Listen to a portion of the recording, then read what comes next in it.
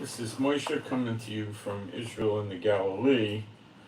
And today is Sunday. We just came after Shabbat. It's called Yom Rishon, the head of the week or the first day of the week.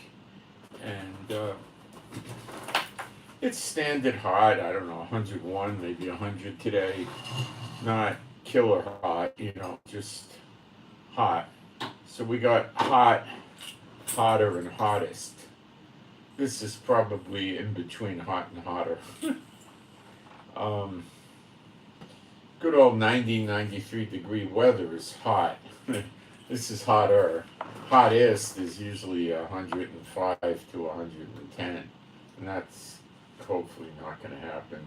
Please feel free to pray for cooler weather here in my area. Okay, let me go poking on the live stream. I had the air conditioning at 26. I just put it to 25. It's not cold in here. It's getting there though.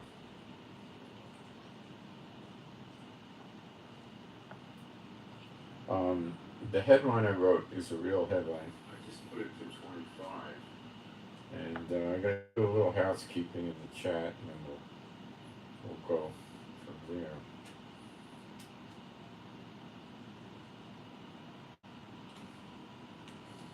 Going fast, it won't be long.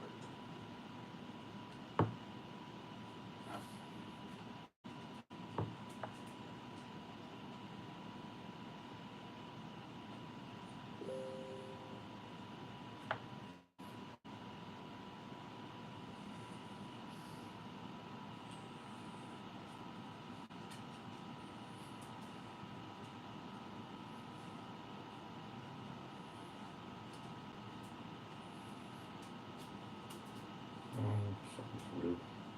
Try this again. There it is.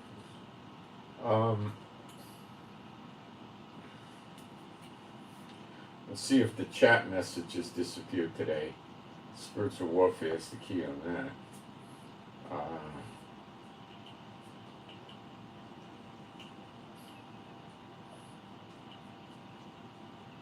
It's starting to get nice and cool.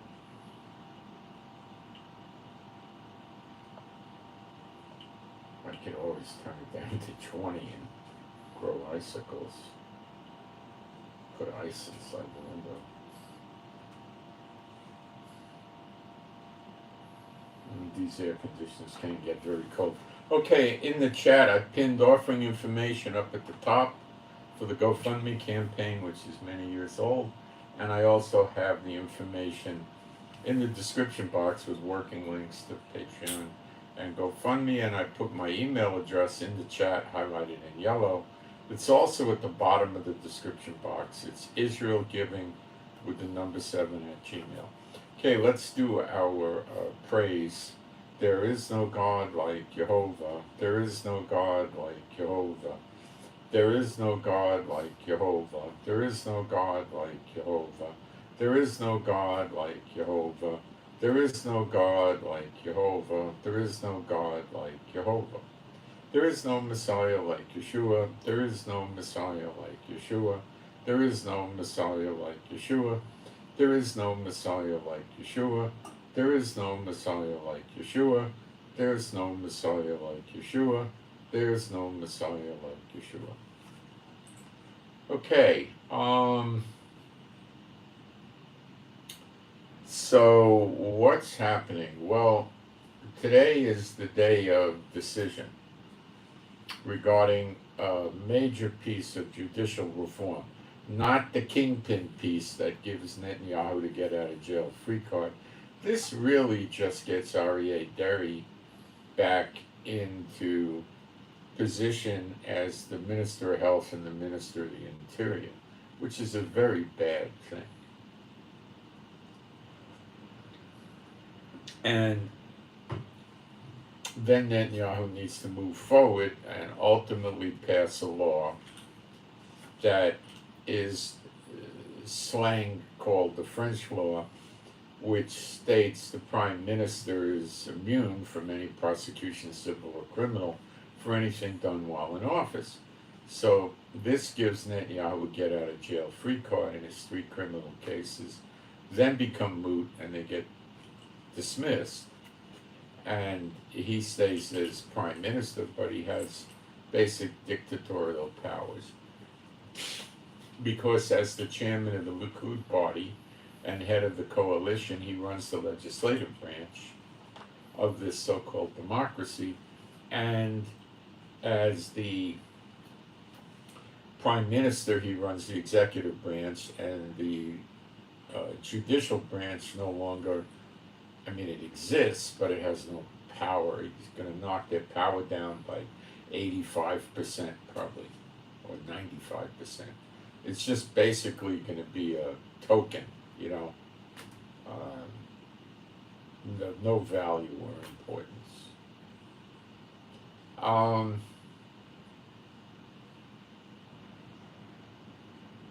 Trying to structure my thoughts.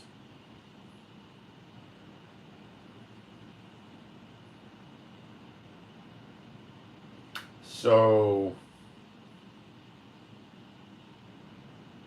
what's old Benji doing?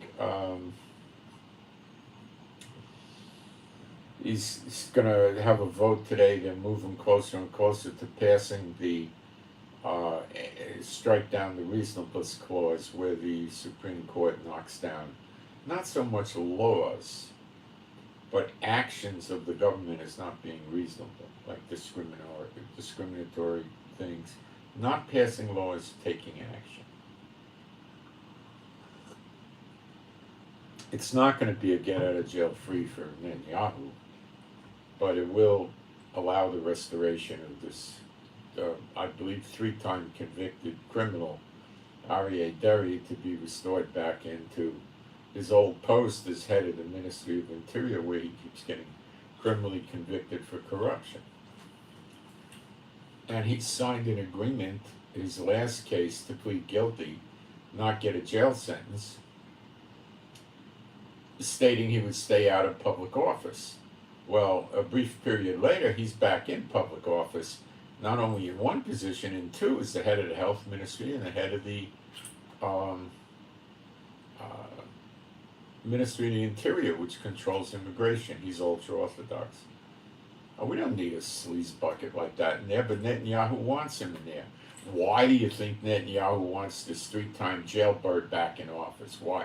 Or maybe he's a 2-time jailbird. I think it's 3. It's 2 or 3. Why would he want him back in office? It's obvious. Ask yourself a question. Birds of a feather flock together, right? Okay.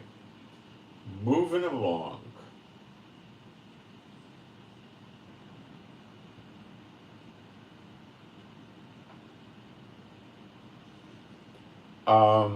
The protesters are getting very animated. Thousands of people in the military have said in the reserves they're no longer going to be active with the reserves. These are cyber unit people, intelligence people, pilots, commando troops, people they really need, are saying, no, we're not going to, if this dictatorship thing that Netanyahu's pulling continues, we're not going in. So they've been serving the military notice in the form of massive petitions with their name and ID number that they're no longer going to participate in the reserves. They're not going to report for duty. They're not going to go for training. They're not going to do it because Netanyahu's a dictator. We're trying to be. Now, Shin Bet is our FBI kind of sort of like, it's more like a combination of an FBI and a CIA that just works inside Israel, and that would include Gaza and the West Bank, okay? And the Sinai Peninsula, they probably not much in the Sinai Peninsula, but Gaza and the West Bank for sure. And they signed a letter saying that Netanyahu's destroying Israel and the blame is on him. The demonstration yesterday, Yair Lapid, who's a major political figure, member of the Knesset, head of the Yesh Atid party, which probably comes in at about 20 votes, so it's a major political party. This is not a lightweight politician. This is a heavyweight. He was at the protests. And Gantz, who has his own political party that could have close to as many votes as the Likud, as many, a little more, a little less. It's going to vary from week to week. He is against Netanyahu doing this. So this is not a bunch of hippies sitting on the train tracks to stop the newly drafted soldiers from going to the camp, singing "Give Peace a Chance," "Kumbaya," and all that. This is not that. These are major players in the infrastructure of Israel and retired security people screaming that Netanyahu is destroying Israel. I am going to tell you something that I've been saying for a long time. And I would say there's probably 500,000 people minimum in Israel that understand this now. Maybe 250,000, but a scary amount. Netanyahu will destroy Israel as we know it to stay out of jail. And that could be what's going on. Now, there's more factors. This is getting very interesting. He was in the hospital in the past week, and they kept him overnight, and then they gave him a subcutaneous pacemaker. I'm sorry, a monitor, not a pacemaker, a monitor, a subcutaneous monitor. A normal monitor just has little things that stick on you around your heart. When they do subcutaneous, it means that they really want to know what's going on with your heart, which means that something is up. They're very suspicious. What medication they gave him, if any, we do not know. They haven't told us. Okay? So a few days later, like yesterday, last night, he goes into the hospital. Now, what would cause that? Well, maybe this pacemaker does a download every 12 or 24 hours to the cardiologist or the cardiac surgeon, and they review the results of the monitor. I think this is probably something that an advanced country like Israel would do.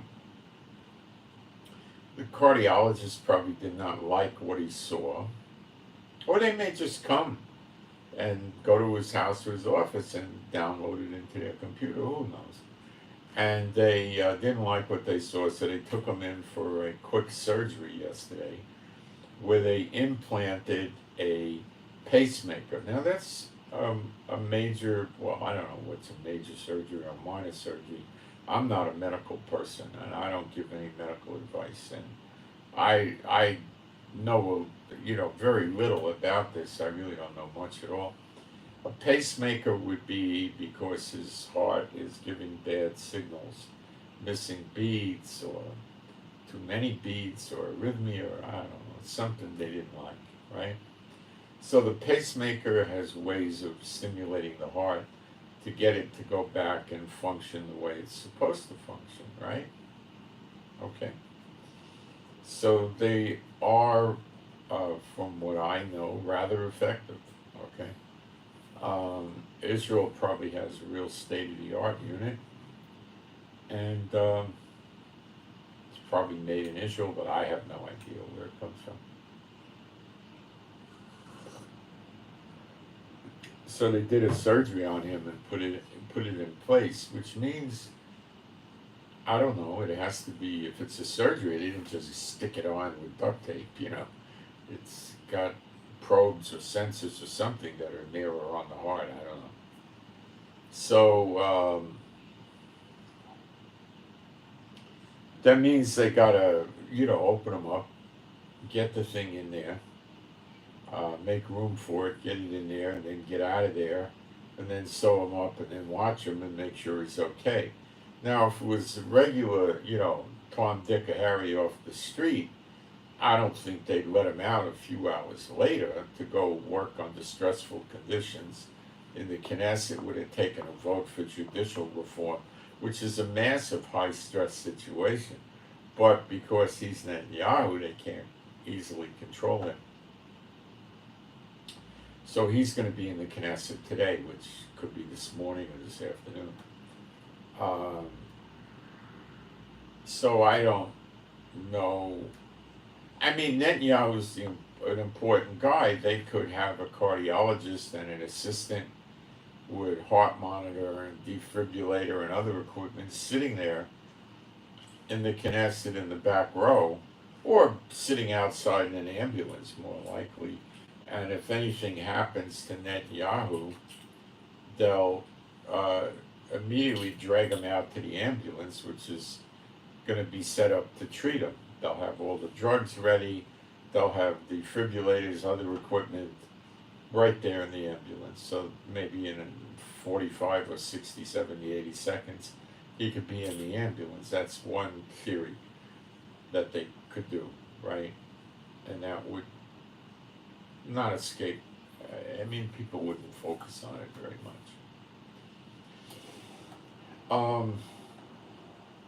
Or not, I don't know. I really don't know. But he's not doing well. My understanding is that when they put these pacemakers in people, they do well with that. It fixes a lot of the trouble. I really don't know I don't know if putting one in is a 20-minute procedure or 2 hours. I guess probably 2 hours, but I don't know. The first question I have is, assuming Netanyahu doesn't study some crazy form of yoga or martial arts and have the ability to just clear his mind and let the doctors operate without anesthesia. I don't think anybody can do that. Okay? Normally when a head of state has anesthesia, they have an alternate standing by for a while. When you get anesthesia and you sign these release forms, they tell you not to make any decisions for 3 days because you're kind of foggy, having had some surgery in my past. I can tell you that's the case. It's about 3 days till you're clear.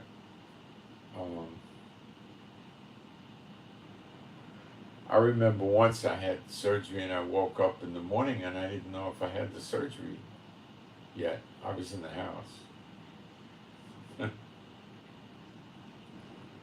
It can be that bad. I don't know. So it's quite curious that right after surgery he's not in the hospital. He's reporting into the Knesset. Now, that doesn't... I guess he gets special privileges the way any head of state would, but I don't know if the doctors were that happy about that, but he didn't want to miss this vote. So he is probably saying, oh, God's punishing me, but I'm going to keep going. We got God. We beat God. Satan's stronger than God. We're going to win. And I'm going to keep pushing this bill. I'm reading into it and guessing what he's thinking. It's just my guess. That's what I think is going on. A delusion. So he's trying to continue his evil. And this is an evil thing because he's taken the country and thrown him down the crapper just to stay out of jail. Now,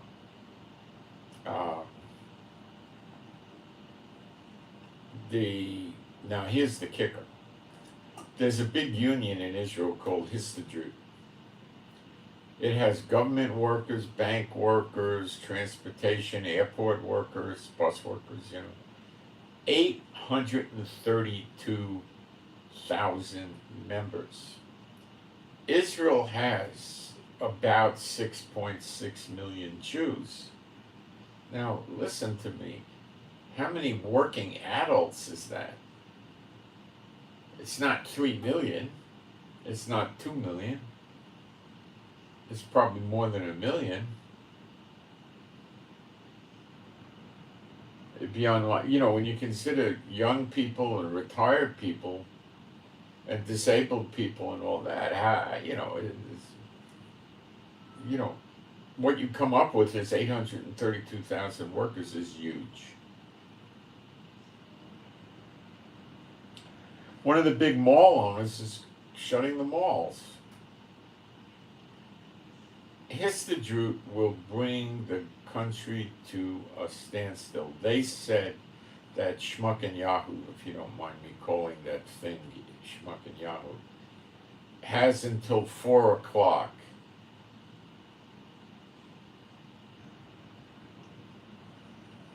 to reach a compromise with the other side, which is Yair Lapid and Benny Gantz. There will be no compromise because in any form of a compromise, Benny Gantz and Yair Lapid don't want to see this idiot Aryeh Deri get back in office. This is a joke. Aryeh Deri is a jailbird. It's a joke. Okay.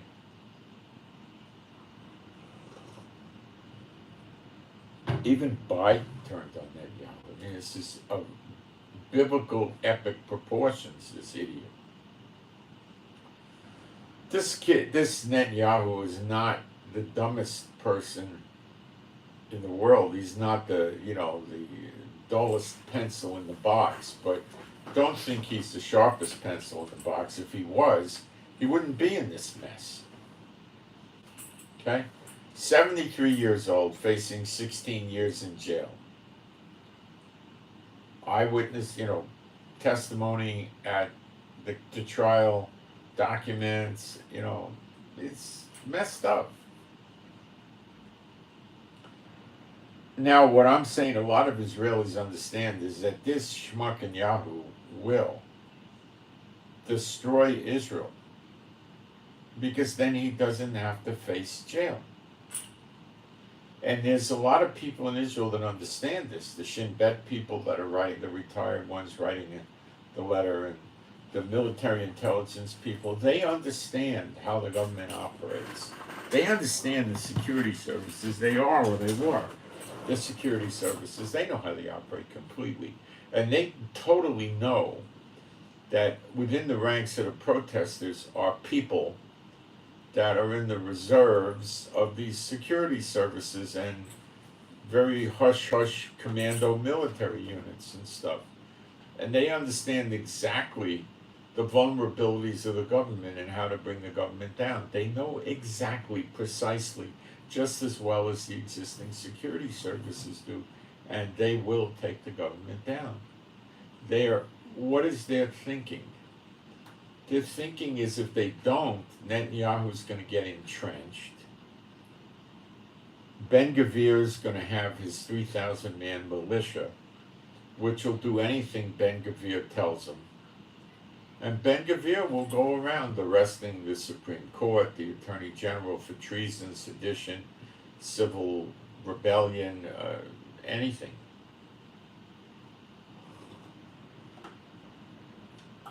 And all the dissidents, all the opposition, they'll arrest Yair Lapid and Gantz. Netanyahu will go to full dictatorship. And this is probably why he's flying to China next month to meet with China. China's full dictatorship. Putin's like a dictator. Who are their other friends? Iran. The mullahs are dictators. Who else? Syria, they're dictators. Brazil, I don't know what goes on there. It's kind of iffy, kind of sketchy stuff over there. I don't know what goes on there. Same with Cuba. But Cuba was run by Fidel, and then Fidel's brother after he kicked the bucket, Raul, and then Raul was out of the picture and they got someone else. I don't really follow Cuba, so I don't know what's up there. But this guy Xi Jinping, whatever his name is, in China, got himself put into office I don't know, indefinitely or permanently or for 20 or 50 years of his lifespan or some crazy thing like that. So basically they're running as a dictatorship. They do have dissenting factions in China, but he seems to be doing fine dictating over there. The people are in bad shape. They're arresting debtors. They can't pay their mortgage. Foreigners have left. Foreign businesses have left. Whole cities are collapsing. Stores are gone in some cities. It's a mess. China is in critical mass. Okay? Economic.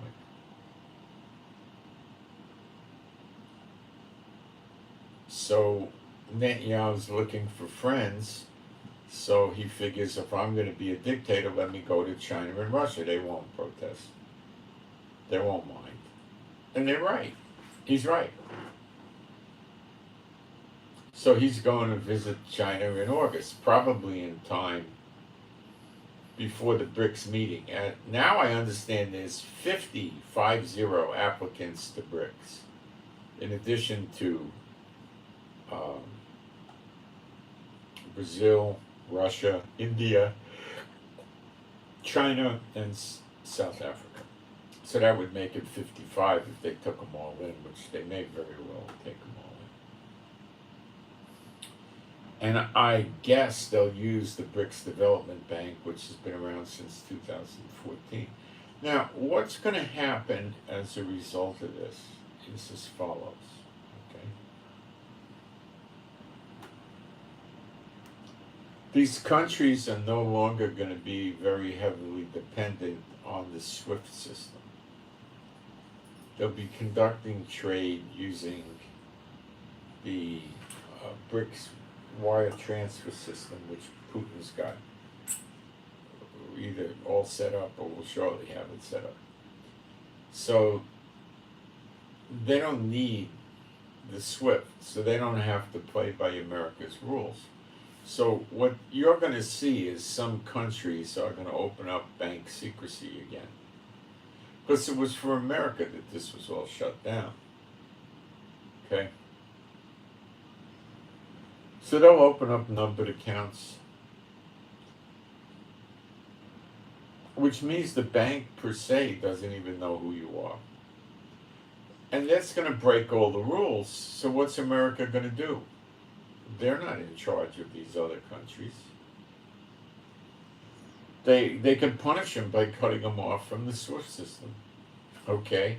They don't care. So America's got no teeth. So what happens when a country starts with numbered bank accounts? Numbered bank account would work like this. You get online and you open up a bank account. Okay?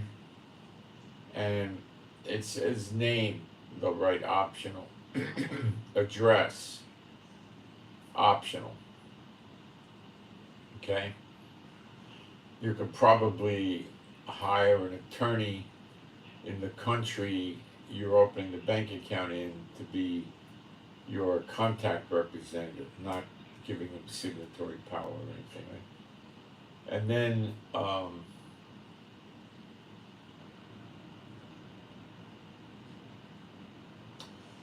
you would, that's all you could give an email address to them to contact you. You could give them a cell phone number.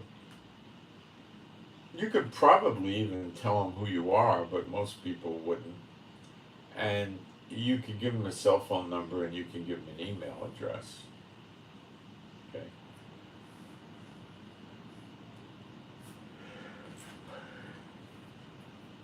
And that way they could contact you. And then you'll have to pick a password for the bank. And in addition to the password, you probably get a key fob sent to you by FedEx. And when you press it, it'll give you probably a 3 or 4 digit password. That's probably good for 2 or 3 minutes or something. So you'll put a username or an account number. You don't have a username. You put your account number online. You write in, you type in your password. Press your key fob and it'll generate another password that you enter. And you'll be logged in. Or you could have other tricks with it too. Then it could also send an SMS message to your phone and or your email with a 4-digit code number that you have to retrieve and type back in on the website to get in addition. So that would be three triple verification, Which people that are going to put a lot of money in these bank accounts are probably going to want that. So hackers would have to have the key fob or the algorithm for the key fob. They'd have to have your password. Then they'd have to have access to your email and your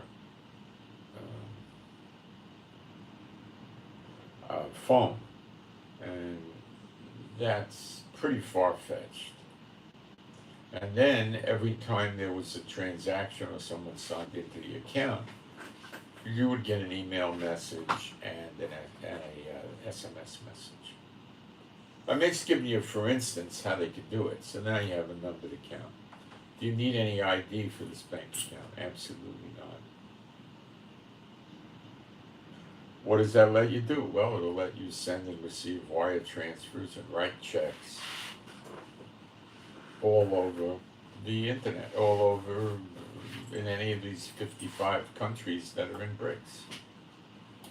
And why would a country want to do this? Because it's just bullcrap, the banking laws that America is imposing. It's for America to know everybody's business and to collect taxes. So they don't like it. So once they realize they're not under America's thumb anymore, they'll go back to anonymous numbered bank accounts. And people will take their money out of America, out of European Union countries, and put it in these bank accounts. And it will create another whole economy where people will conduct commerce using these bank accounts.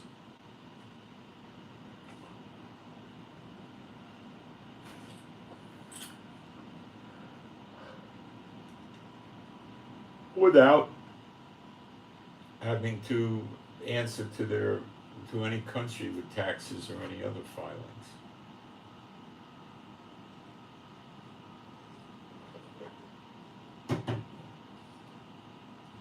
And that's the way things were. Back in the 90s even, you were getting numbered bank accounts.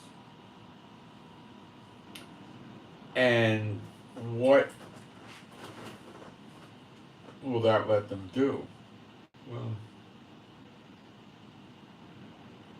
they're going to probably cut these countries off from Visa and MasterCard,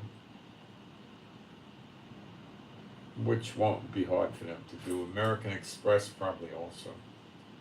Japanese, the bank card, probably that one will go too. Diners Club will go. What's another one? All of that stuff, anything based in America, all that will disappear. So how will people get to spend the money they make? Well, it's a simple thing to do. They'll buy virtual currency, Bitcoin and other 10 or 15 like that, from their accounts, the numbered bank accounts in these BRIC countries. And then from there, they'll buy debit cards that work in ATM machines and online and stuff like that, Visa and MasterCard, and they'll load them up. Or they will find a way to convert their money and get it into, well, going to an offshore bank account's not going to work because they're going to have to give all their ID and all that. So they'll have to be in the underground world, and that's pretty much what they'll do. Each of these cards that you fund with Bitcoin is probably going to allow you to do $1,000 a day in transactions. So have 10 of them if you need them, you know. Go to the ATM machine, take 1,000 out, switch cards, 1,000 out, switch cards, 1,000 out. You got it? That's all they do. Now, these card issuers want ID, usually verified ID, so that's a little bit of a snafu. But they can also find ways to just avoid Visa and MasterCard, then they don't need any virtual currency. And, you know, you see the BRICS system will build up. It's not going to start like that, but it will get there. And the BRICS system is going to lead to a military coalition like NATO, because they're going to have to, you know, protect this BRICS system from America.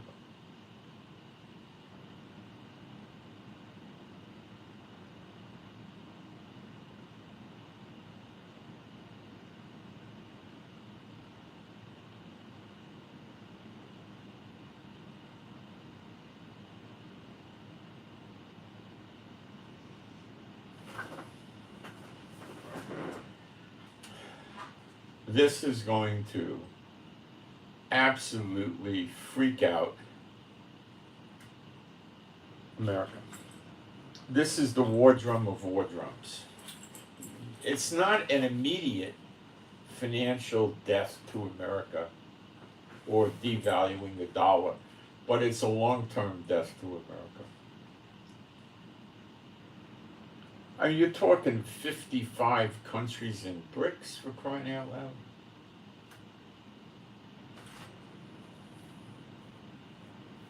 Now, for a while, I think there's going to be countries in BRICS that are also still using the SWIFT. Let's see what the dollar's doing. I don't know.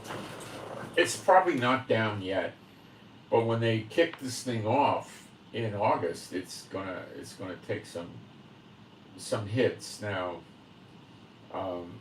they'll be able to manipulate the currency for a long time and keep it viable and reasonably strong, but it's going to go down. I don't think the Biden administration is really very scared or worried about that. What they are worried about is the long term of not being able to just manufacture currency out of thin air and everybody accepts it. That's what they're going to try to fix.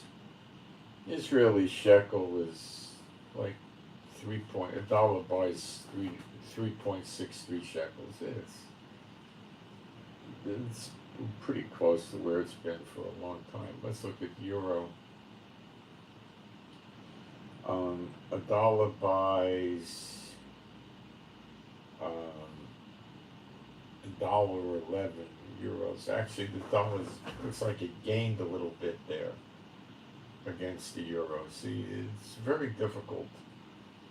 Barring a war or massive natural disasters, it's really hard to knock the American dollar out. The British pound is $1.28. It's doing rather strong. It's rather strong against the American dollar right now. Very strong. The Canadian dollar is 75 cents. It's better than it normally is, around 66 cents, but it's staying around there. It's not moving. And the Aussie dollar,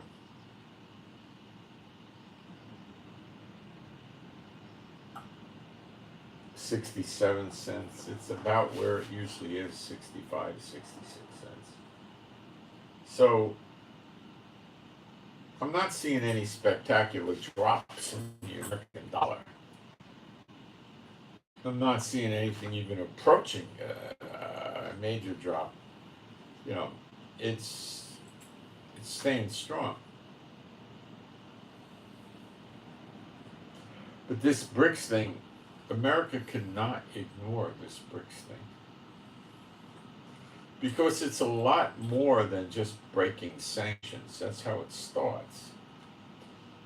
It increases trade amongst themselves. It enables them to empower their own banks with anonymity, which is going to draw people from all over the world. Look who got affected with sanctions: Russians, Chinese millionaires and billionaires. You know, people with taxation issues.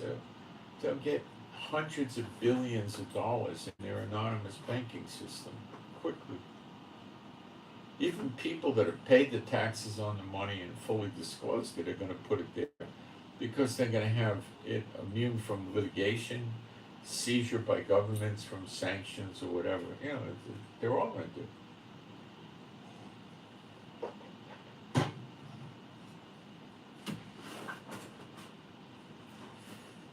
And if they don't do the full anonymity immediately, they'll just do bank secrecy, where you give them your name and it's bank secrecy. But when you receive a wire transfer, it'll come in the name of the account. So what do? You go to the lawyer in that country, you get an anonymous bearer share corporation. Whoever owns the shares owns the company. In turn, you would list yourself as the signatory on the bank account, but that would be behind the scenes, not the name of the account. And you would be the principal owner of the bank account, but again, behind the scenes, all covered with bank secrecy. So you call yourself Acme Boxes Incorporated or whatever, right? And wire transfers come in and out to Acme Boxes Company. And when they go to look up who owns Acme Boxes, they can't get anywhere. They get the name of the lawyer who's the representative agent of service, which is your law firm, which has, attorney-client privilege, and they can't reveal anything.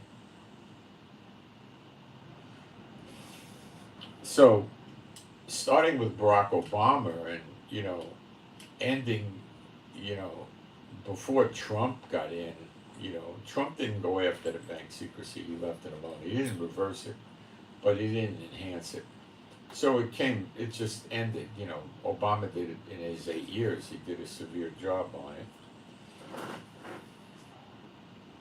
There's not a whole large amount of black people in America that are involved with international banking secrecy and anonymous bear share companies and stuff like that. So he was taking it out on, the people that had that. But anyway, whatever the case may be, I don't have the numbers or the statistics, I'm just guessing here. But Obama did this, and he wrecked the bank secrecy, and a lot of people had to pay penalty money and stuff like that. So where does this end, Well, I think BRICS ends it. Not immediately. It'll take them some time to gear up for this. Immediately, what they'll do is set up the wire transfer system they're going to have to replace SWIFT. The people are going to have to put their gold someplace where it's verified, because they're dealing with little countries that are going to lie if they can. And that'll dilute and water down the value of their currency, their trading currency.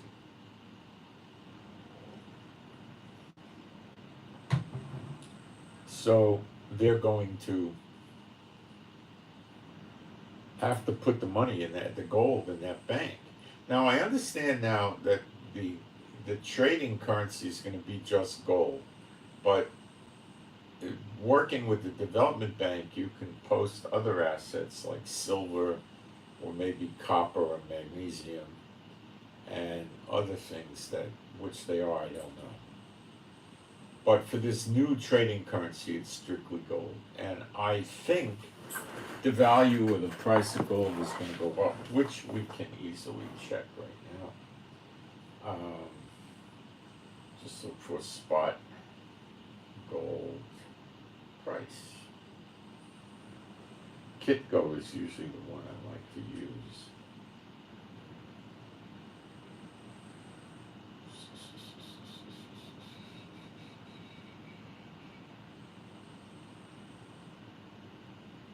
There's a lot of people out here that like to make phony headlines to Google, and then when you get in there, they try to get you lost in a labyrinth of data to get you to do business with them or buy their how to make $1 million in gold sitting in your living room. Okay, 1960 an ounce. That's quite high.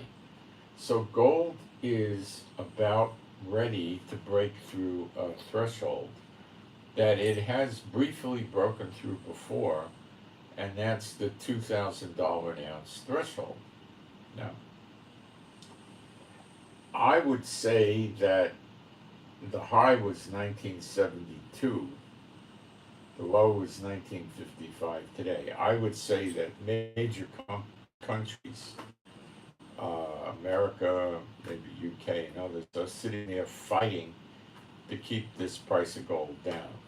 But the BRICS move is enabling it to go up, because I believe a lot of people are of the opinion that you let another 50 people in BRICS and they want to increase their trading scope or the amount of new BRICS gold dollars for trading, and they're going to go out and buy, like they're not going to buy 100 ounces, they're going to buy 50,000 ounces of gold, 100,000 ounces, 200, 300,000.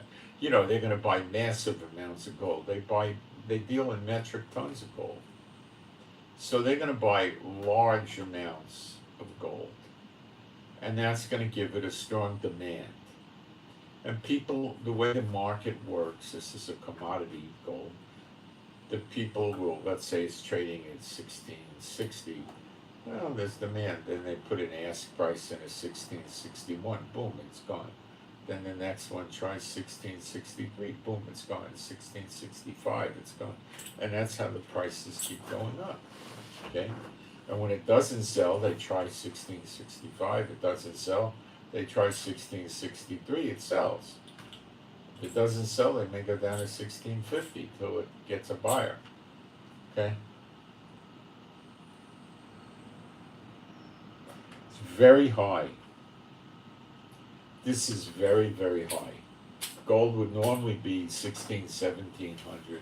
1800 would be pretty good. This is approaching 2000. Now, the reason they try to suppress it from getting to 2000, and how do they suppress it? The countries that want to suppress it sell their gold reserves at a lower price.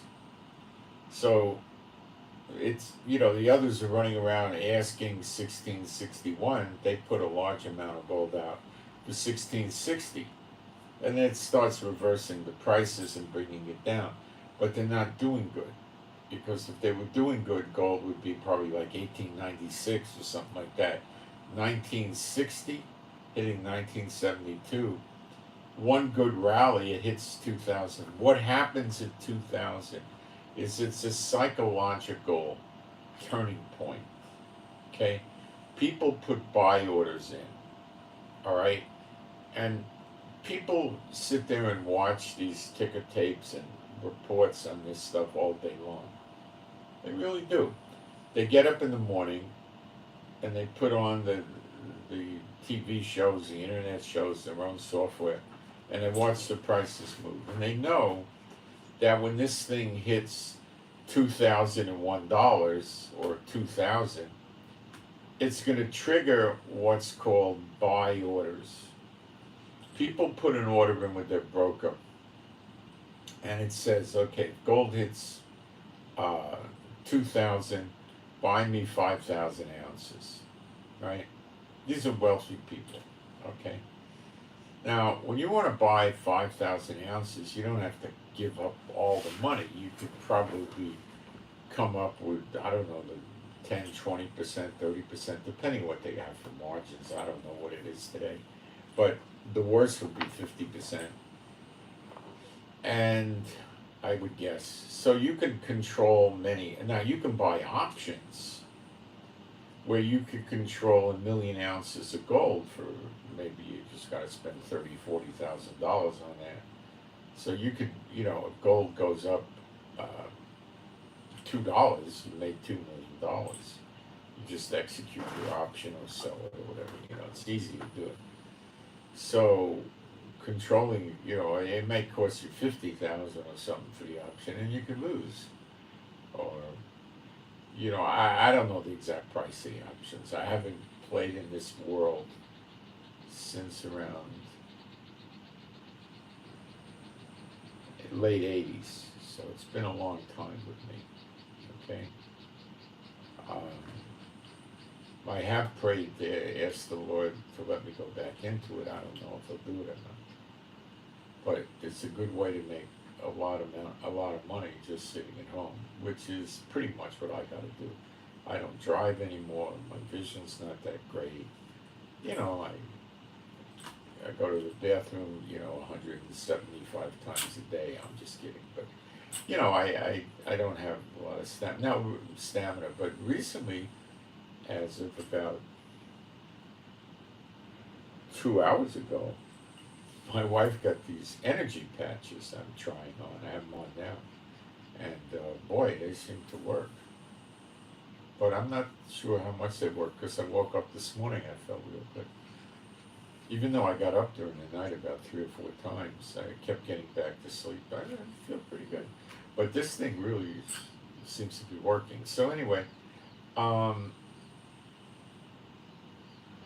the gold hits 2,000, you're going to see it go up. the next big pivot point is going to be, there'll be minis, 2100. A lot of people are going to say, if it hits 2100, oh my gosh, this is a big rally, I want in. Get me 10,000 ounces, get me 100,000 ounces, whatever, right? So that every time it goes to 2100, see, a lot of guys are going to say, I don't want to put my buy order in at, 2,000, or maybe I'll put a buy order in it for 500 ounces or something. Because it could spike and then it could go down to 1970, He's a little afraid. When he sees it hit 2100, now he's saying, okay, now we got a considerable change in the market, and it's going to be very hard for them to knock it back behind 2000. Okay, so he goes in at 2100.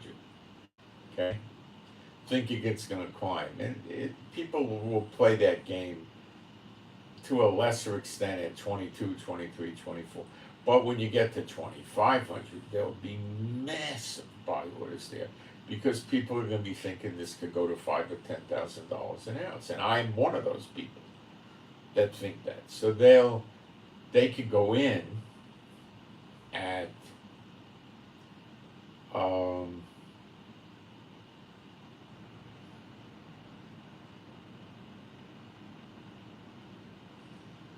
$2,500. Now you got a big stretch from 2,000 an ounce on gold to 2,500, but with 50 countries going into BRICS, I think it'll hit 2,500 maybe by October or November. So, if you're making $500 an ounce and you're controlling 100,000 ounces, you really, Rolls Royce City, So, when it hits 2,000, it's going to trigger a massive amount of buy orders because of this BRICS. And you're going to see it climb from there. And what's going to happen if people put in a buy order for 2,000, and you can't buy it at 2,000, it's already grabbed up. So what's going to happen is there's going to be a big computer surge. These buy orders are sitting in the computers in the brokerage houses. As soon as it hits 2,000, the computer's going to instantly start buying gold, because that's what they have a fiduciary responsibility to do. That's what the customer wants. So they'll immediately start trying to buy it. They're not going to call the guy up on the phone. It's going to go boom in like a half a second, Now, there's assumably, if it was a normal market, which this BRICS thing is going to create an abnormal market, which you're already seeing. What you're seeing now is the tip of the iceberg. You're not seeing what's under the water, the big, massive ice, okay? So this thing is going to have people at 2,000 that are going to sell. Okay, there's a lot of sellers that are going to say, "Oh, it hit 2,000. Let me cash out. I'll do well. I bought at 1,800. Let me get out. There'll be a rally. It'll go up and down, but I'm going to walk away with my profits and laugh all the way to the bank." And good for them. They're smart. They're conservative. They don't want a wild ride, but they're also not taking into account that this is not normal. This is BRICS entering into the equation. You might see lunacy with gold mining stocks too. I'll tell you what else you're going to see. You're going to see gold trading here to 1960. That's paper gold. When you want to buy the actual coin, that clings around in your pocket, or the bar, you're going to pay a premium.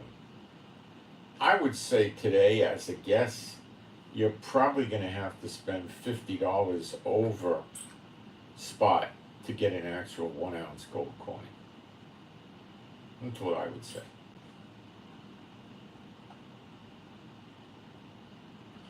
You walk down to your gold dealer, he's not going to sell it to you for 1961. That's not going to happen. probably you'll be paying 20, 30 an ounce for a coin or a bar. Let's see what silver's doing. Silver may be not affected because I don't think BRICS is going to go with silver because they're talking about a gold-backed trading currency. So silver's probably going to be around 25, but you got to remember when silver goes up, when gold goes up, silver goes, but it may not go with a frenzy. No, it's not moving. It's 24, 54, 54, 64. No, silver's not taking off. It's at a generous price level considering, but it's not going, it's not on the climb. No. I don't expect silver to go down, and what I would extremely expect is if gold breaks 2,000, silver will probably go up to around 30 or 28 or 30. It'll go up some. Remember, a $5 climb is not much, percentage-wise it is. But so the Americans and the EU and the NATO countries and them, they don't want, and they have fought against high-value gold forever, because it illustrates, gold goes to conservatively 3,500 an ounce. I think it's headed much higher. Got to remember, these 50 plus 5 existing BRIC members want to run the price of gold up once they have their reserves, which a lot of countries already have. They want the price up. Why? Because now they're trading currency. If they have 100,000 ounces of gold, just picking figures, that allows them a certain amount of trading currency. If gold goes up by 25%, the amount of purchasing power in their trading currency with BRICS went up 25%, or 50%, or 80%. So they could buy a lot more stuff without doing anything, just by manipulating the price of gold up. So they're going to be counter-fighting America, France, UK, and all these other countries that keep trying to suppress it, the EU. They don't want a high gold value. It's high now. They don't even want it that high. They'd love to see gold trading at, $300, $400 an ounce. They'd love it. When gold starts its climb, which it looks like it's sure as shooting going to do, when it starts its climb, it's going to get up there. I think the real value of gold would be minimally 5,000 an ounce because of inflation. Okay?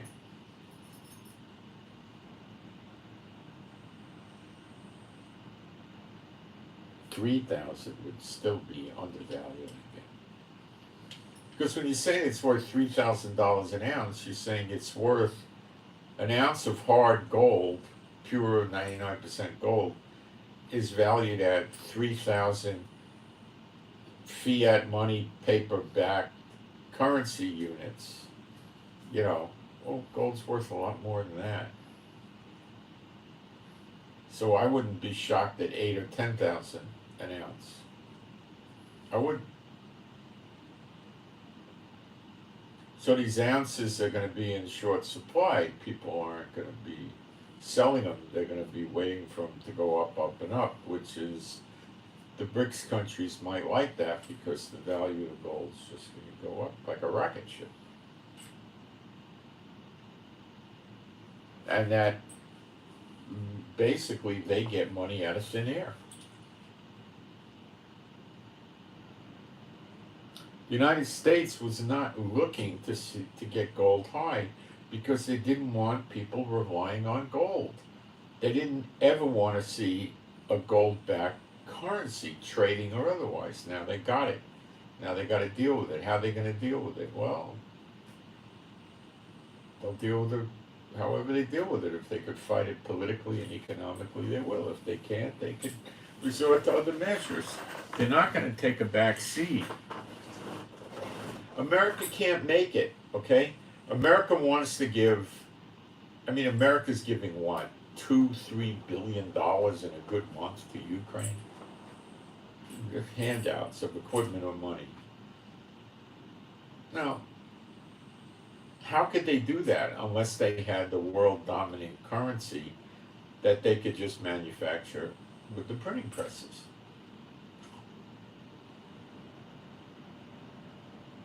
They just mint more money.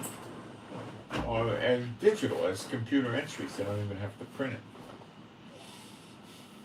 And then they go and buy, from Westinghouse and Raytheon and whoever they got in America, I don't know the names of the companies, buy the weapons and then give them to Ukraine. I think it's sick and pathetic that they don't deal with the homeless, but they're not there for that. They're not there for the poor and downtrodden. They're there for the rich and famous.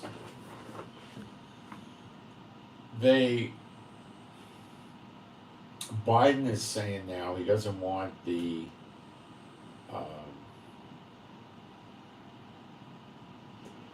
long-range HIMARS missiles being given to Ukraine.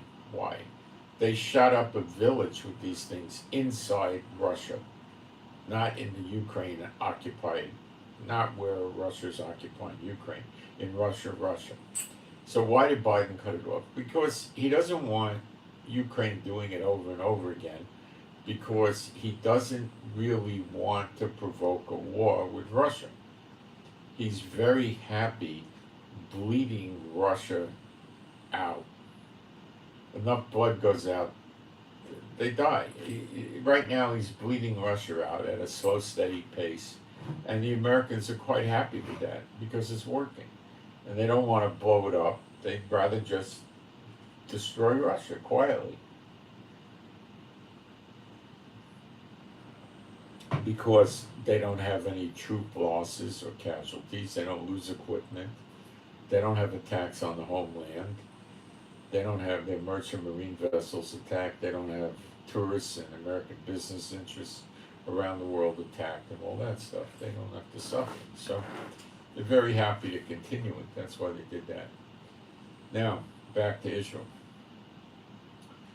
So if the Histadrut is an operation that for Israel, it's the end of the government, okay? If they pull this, and they pulled it the last time, and then backed off in, I don't know, 2 hours, 4 hours, they pulled the strike. Histadrut stays quiet. They don't tell their people to go out in the street and protest and burn cars and tires and yell and scream. They stay quiet. Now he emerged and he said, he was quiet. I thought Netanyahu won him over. He said, you got till 4 o'clock to reach a compromise today. 4 o'clock today. It's about 11 o'clock, almost 11 o'clock now. Is that right? Yeah. So that's about 5 hours away. What's he going to do? I expect, what can he do? He's going to write a letter of censure to Netanyahu. I think you're a bad man and I'm digitally spanking you and digitally giving you a digital dunce cap to wear. Well, it's a joke. What's he going to do? He's going to call a strike. Will Netanyahu arrest him? It's a thought that's on Netanyahu's mind, in my opinion. He might do that.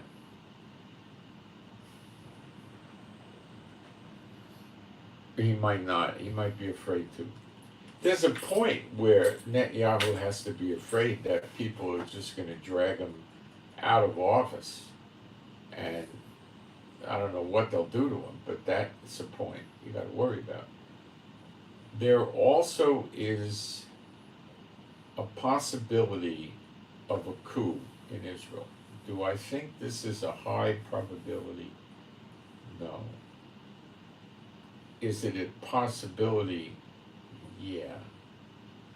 How would it work? Well, the military reservists are not in position to do that. It would have to be the people on active duty would just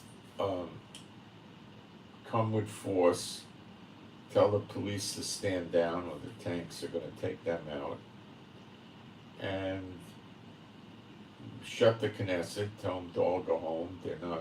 It's closed, and take Netanyahu out of office and put him in house arrest with armed guards, and probably turn him to the court eventually, and tell the country they've scheduled new elections, maybe immediately or maybe not for 6 months, and just run the country.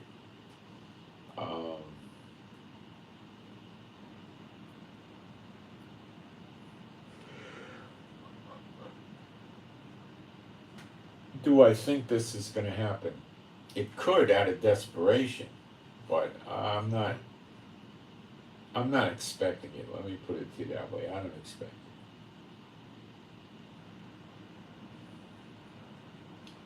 There needs to be leadership to do this, and Netanyahu's got a lot of guys in the military world too, and their intel will pick it up and they'll get arrested.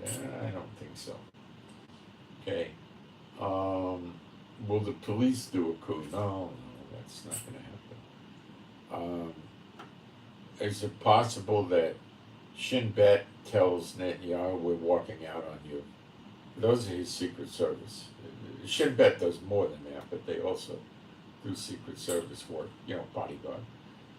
I don't think that'll happen. I'd say the chances of that are extremely slight. There's a chance of any or all of this happening, but it's very slight. The protesters will go crazy and things will start getting destructive. Yeah. And what is Netanyahu going to do when Histadrut calls a strike? That means government workers are going to be striking. The government's going to be shut down. Retail will be shut down. Buses, the airport will be shut down. Lots of stores, hospitals. Doctors are already telling Netanyahu they're going on strike over him. So what these protesters are doing is they're making it unbearable for the people of Israel. So there has to be an extrajudicial removal of Netanyahu to make it stop. That's what they're doing. Okay? It appears to me that the Supreme Court and the Attorney General are afraid to do anything with Netanyahu.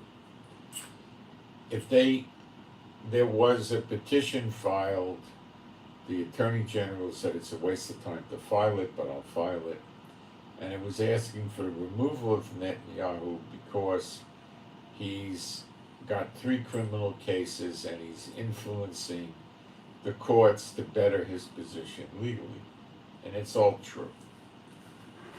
And the Supreme Court should have heard that on a fairly immediate emergency level, and they didn't. And I think what they're afraid of is Netanyahu is likely going to say, okay, you guys in the Supreme Court are trying to do a coup, and that's treason, and that's sedition, and I'm placing you under arrest, and you're going to be under military detention, so you have no lawyers and no court. And he can keep them that way indefinitely, so he just takes them out of action.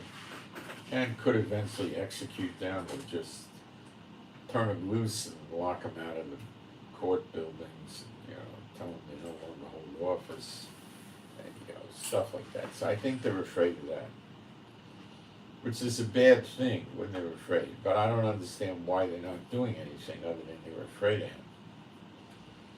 Benny Gantz and Yair Lapid have not yet done a vote of no confidence. This is confusing to me, because the polls were saying they would win. I don't know why they're not doing it. They're afraid. These are greedy people. And they like power, but they're not doing it. And the reason I think that there's two things motivating their spots like this: fear and greed. And in this case, the fear is stronger than the greed.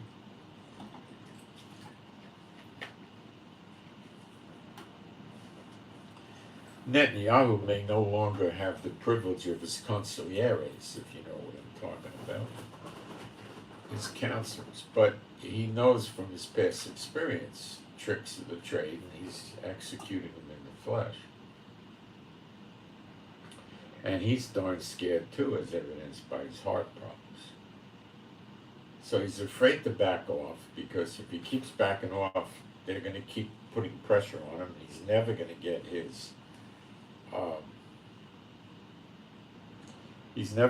his judicial reform done, and he's ultimately going to have to face the judges who he's trying to mess with for years now, and they could give him 16 years in jail, which basically is burying him under the jail.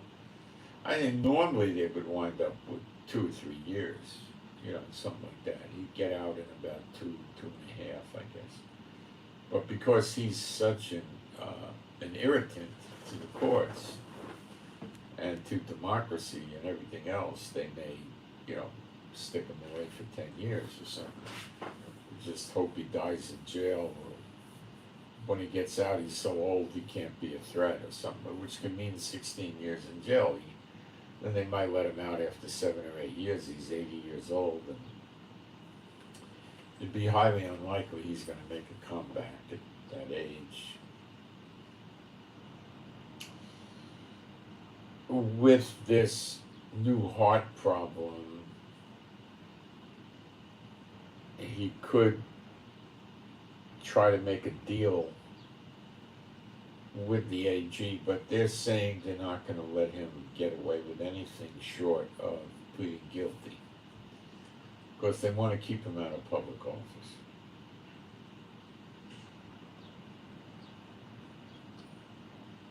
So at 4 o'clock, if Histadrut calls for a strike, there's probably not going to be a strike of any great substance till 8 o'clock the next morning. Although at the airport and hospitals and government it may happen right then and there. And Netanyahu may get scared and back off. He did that once before. Or this time, I think not. I think this time he's going to be ready to show Israel that he's ready to destroy the whole country, because everybody's dumb enough to let him do it. And then there won't be any prison system. Now, does this whole country get destroyed in the Bible? Yes. The democracy does. It gets taken away.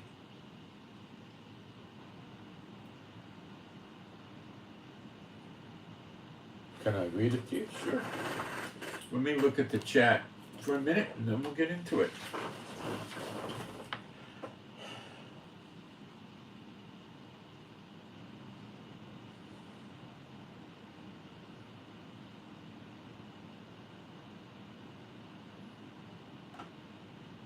Oh, I don't see anybody deleting our chat anymore. Okay, so I'm going to post where I'm going to go now.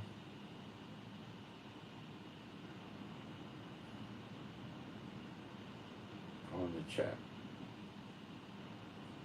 All right, it's Ezekiel 34.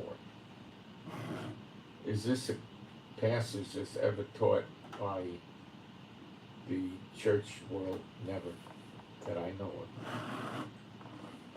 Here we go. And the word of Jehovah came unto me, saying. Now this is the word of Jehovah. The word of Jehovah is without error. You grant me that? Yeah, of course. How could you not? Son of man, prophesy against the... Now, when they refer to people like Ezekiel, son of man, and refer to Yeshua, the words are slightly different. They're different, actually. So it's not the same word. Okay, but anyway, son of man. Remember, Yeshua is the second Adam. He's the son of man, a human. Prophesy against the shepherds, of Israel. Now, what is a shepherd? The word is 7462, Ra'ah, Resh Ayin Hey.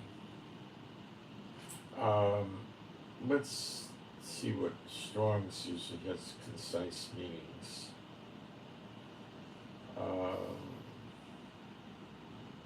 It means to tend a flock, something to do with grazing,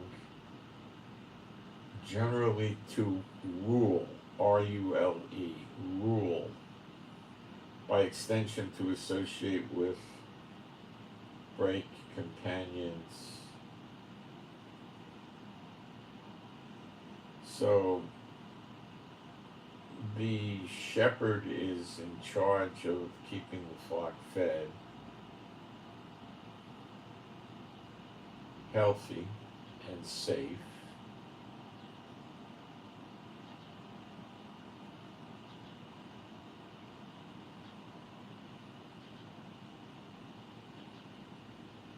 Could be a ruler. All right. So what I'm going to be making the point though is the rabbis are the shepherds. The Messianic congregation leaders would also be in this thing to a less extent, but they would be in it too. They're espots, all of them, believe me. Well, their congregations wouldn't be around from year to year. They destroy them. They're espots. But I'm not focusing on them at all. Let's push them on the side. There's so few, and the rabbis, they are shepherds, and more than the rabbis is the government. Why? The government provides for the safety of the people, like the shepherd protects the sheep from the wolves and the enemies of the sheep. Okay? That's the job of the government, not so much the rabbis at all. They keep the sheep fed. The rabbis help their own kind with this, the ultra-Orthodox and stuff. But the government has various welfare programs for the people. Not very good, of course, but something, right? And they have government healthcare plans. We got 3 of them, different ones. So it looks like there's competition, but the prices appear to be the same. And like in Tiberias, the doctors, the same doctors, the orthopedic surgeon, the eye doctor, the gastro guy or whatever, they're the same for all the health plans. So how much different is it?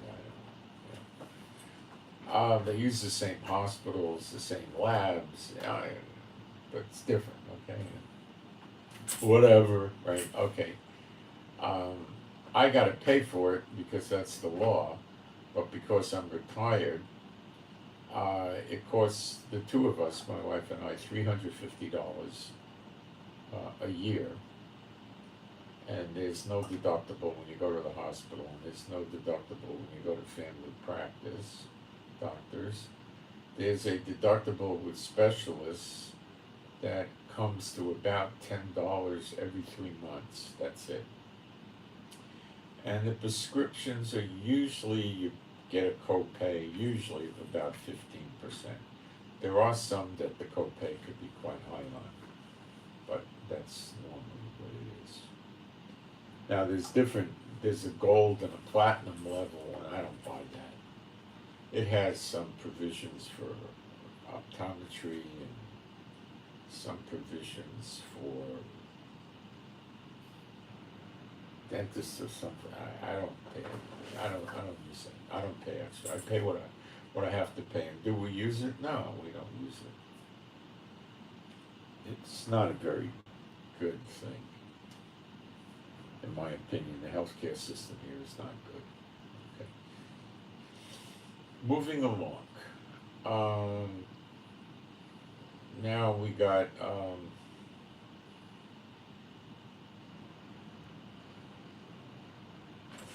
so they do the healthcare. They give people rent subsidies. They give people utility bill subsidies. They give people deductions on the taxes on the real estate. Every time you have a child, you get money put in your bank. So I think if you get up to about 8 kids, maybe even 6, they'll give you enough money where you'll be able to make a living just sitting home. So you don't even have to you don't even have to work anymore. If you get up to like 8 kids, I know they would give you enough where you wouldn't have to. You wouldn't be paying much, if any, arnona. You'd get deductions and all kinds of things. You'd be eligible for all kinds of assistance. And with the health care plan, they charge you for, a couple has to pay for the first child and then a little more for the second child. And then it's the same price if you got 15 kids or 2 kids. Okay, Son of man, prophesy against the shepherds of Israel. So it's the rabbis and it's the government of Israel, and you could say that Messianic congregation leaders, but that's just a minuscule amount of things here. So the shepherds of, and they're not really the shepherds of Israel. So I wouldn't really focus at all on Messianic congregation leaders. I just leave that alone. Those are false believers, and they're in another league and trying to deceive believers, and the government and the rabbis are different. Okay. Although the rabbis tried deception. Let me keep it simple. Rabbis, let's stay with the rabbis and the government of Israel. The municipality and the national governments. National government and municipal governments. Prophesy and say unto them, thus saith Adonai Jehovah unto the shepherds, woe be to the shepherds of Israel that do feed themselves. Should not the shepherds feed the flocks? Now, remember, there has been no Israel from 70 A.D. to 1948. This, as you'll see, was never really fulfilled prior to 70 A.D. You forget that. So this is an unfulfilled prophecy. There was no Israel from 70 A.D. to 1948, okay? May 15, 1948. So it's saying the shepherd should feed the flock. Well, as you'll see, we'll keep reading. You eat the fat and you clothe you with the wool. You kill them that are fed. And what's the word for kill? Zabach. It means to slaughter or kill or sacrifice. You kill them that are fed. But you feed not the flock. The word for feed is ra'ah. It's more of the same shepherd word. So you shepherd not the flock. And they don't. You'll see. The diseased, and the word for that is chala, the weak or the sick. So it doesn't mean the disease, the weak. The weak have you not strengthened. That means they leave the poor to rot. Neither have you healed that which was sick. So this is the sick. So the disease is really meaning the weak. Okay, this is your old King James confusing you to line up with their doctrines, the Catholic Church doctrines, I suppose. The disease have ye not strengthened, neither have you healed that which was sick. Okay? The word for strengthened is not the same word as healed. Neither have you bound up that which was broken.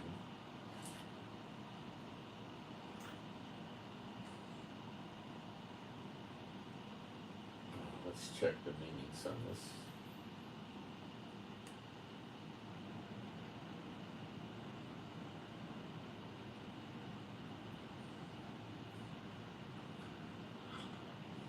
Broken in pieces.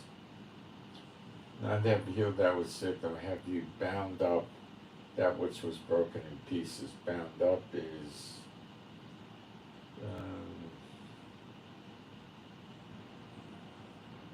wrapped firmly. Okay. Neither have you brought again that which was driven away. Well, Netanyahu has reduced the Aliyah tremendously in his 20 years. He hates Aliyah. You got to give them money and help them get started in Israel. Of course, the poor, the wealthy ones won't come here, and it's all messed up. Netanyahu was a big anti-Aliyah to try to stop the Jews from coming here, and he did a good job. He's probably very proud of himself. You brought again that which was driven away. Neither have you brought again that means not bringing them back to Israel. Keep the housing prices high, keep the inflation high. Let the terrorists continue killing Israelis and attacking them every day. Let Gaza keep having rockets and pouring in a few thousand rockets every year, and you're not going to see Jews move here. It's not rocket science. That which was driven away, neither have you sought that which was lost, but with force and with cruelty have you ruled them. Well, what's an example of that? $3 a gallon tax. Look what Netanyahu's doing to us right now, today. Force and cruelty, okay? 50% employment tax on wages. 23% tax on corporate profits. 17% VAT, sales tax, 17%. Not just on goods, but on services. Ridiculous. And they were scattered because there is no shepherd, and they became meat to all the beasts of the field when they were scattered. And they were scattered because there is no shepherd, and they became meat to all the beasts of the field when they were scattered. My sheep wandered through all the mountains. I wonder what that was outside. And upon every high hill. And upon every high hill. Yea, my flock was scattered upon all the face of the earth, and none did see or seek after them. They don't go after the Jews. Look, they opened up the door, they, so to speak, went after the Jews in Ukraine by setting up locations in Poland by Ukraine where they could come in and process for immigration at the early stages of the war. And most of the people from Ukraine that did that and came here left because it's so hard living here. It's horrible. They went to other countries. And a lot of them that wanted to come here were desperate. The stinking rabbinical influence on the immigration department was saying, well, we don't know if you're Jewish enough. They were turning them down. It's a sick thing they do. Okay. Scattered upon the face of the, okay. And upon every high hill, yea, my flock was scattered upon all the face of the earth, and none did search or seek after them. Do you think if you had a government that did bring that and bring them back in here, that God would help the country economically to make it nice for them coming here? Of course. Therefore, you shepherds, hear the word of the Lord. These are self-hating Jews in the government that do this. Therefore, you shepherds, hear the word of Jehovah. As I live, saith Adonai Jehovah, surely, because my flock became a prey, and my flock became meat to every beast of the field, because there was no shepherd, neither did my shepherds search for my flock. You see? But the shepherds fed themselves, and fed not my flock. There you go. Therefore, O you shepherds, hear the word of Jehovah. Thus saith Adonai Jehovah, behold, I am against the shepherds. The word for against is al, or el.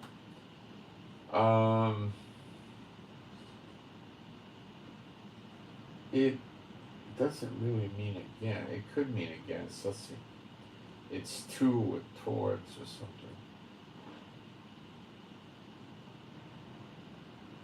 Motion towards. So he's going towards them.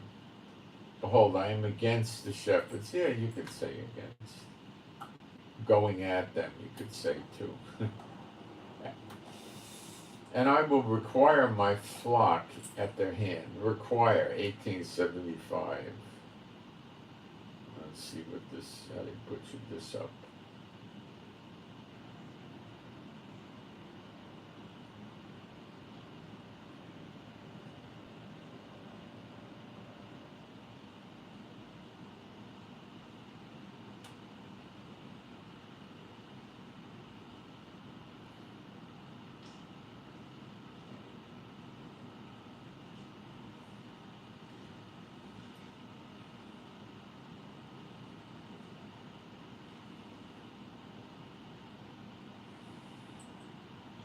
I will require, seek, could say he's going to seek my flock at their hand. He's going to take the flock back and cause them to cease from feeding the flock. That means the government and the rabbis are, what are they doing? Well, I would say they're not walking around on the surface of the earth anymore. And cause them to cease from feeding the flock. Neither shall the shepherds feed themselves anymore, for I will deliver my flock from their mouth, that they may not be meat for them.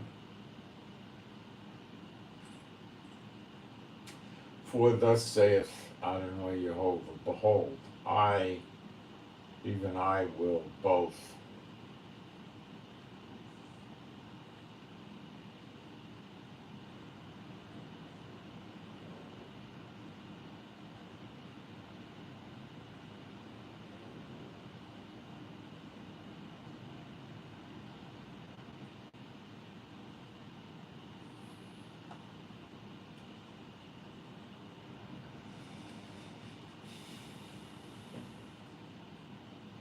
so he's going to seek the sheep out.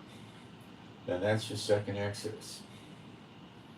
As a shepherd seeketh out his flock in the day that he is among his sheep that are scattered, so will I seek out my sheep, and will deliver them out of all places where they have been scattered in the cloudy and dark day.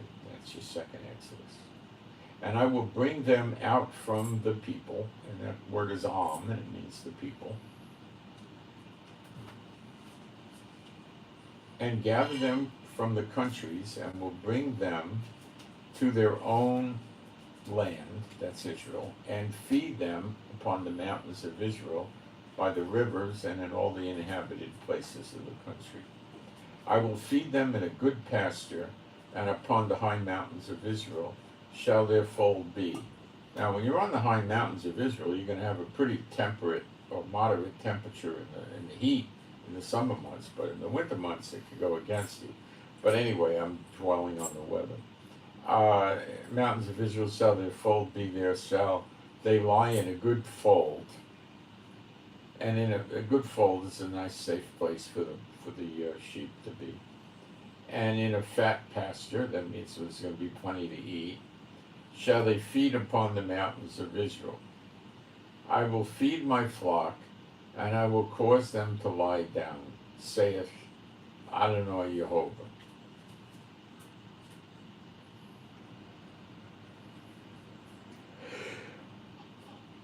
Cause them to lie down doesn't mean he judo foot sweeps them and throws them on the ground. It doesn't mean that. The word is 7257, and it means stretch themselves out to lie down. It's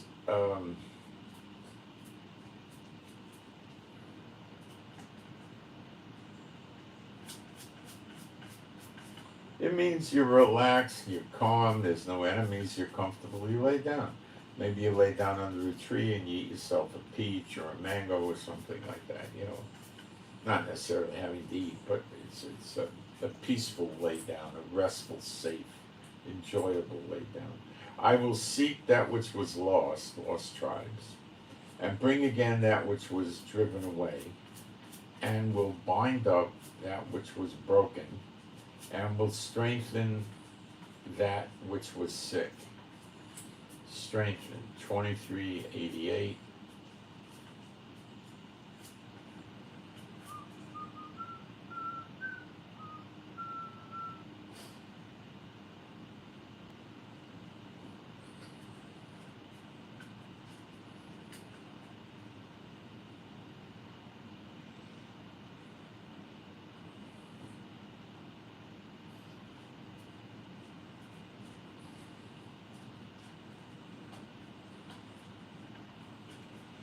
Yeah, strengthen is a pretty good word here. And I will strengthen that which was sick.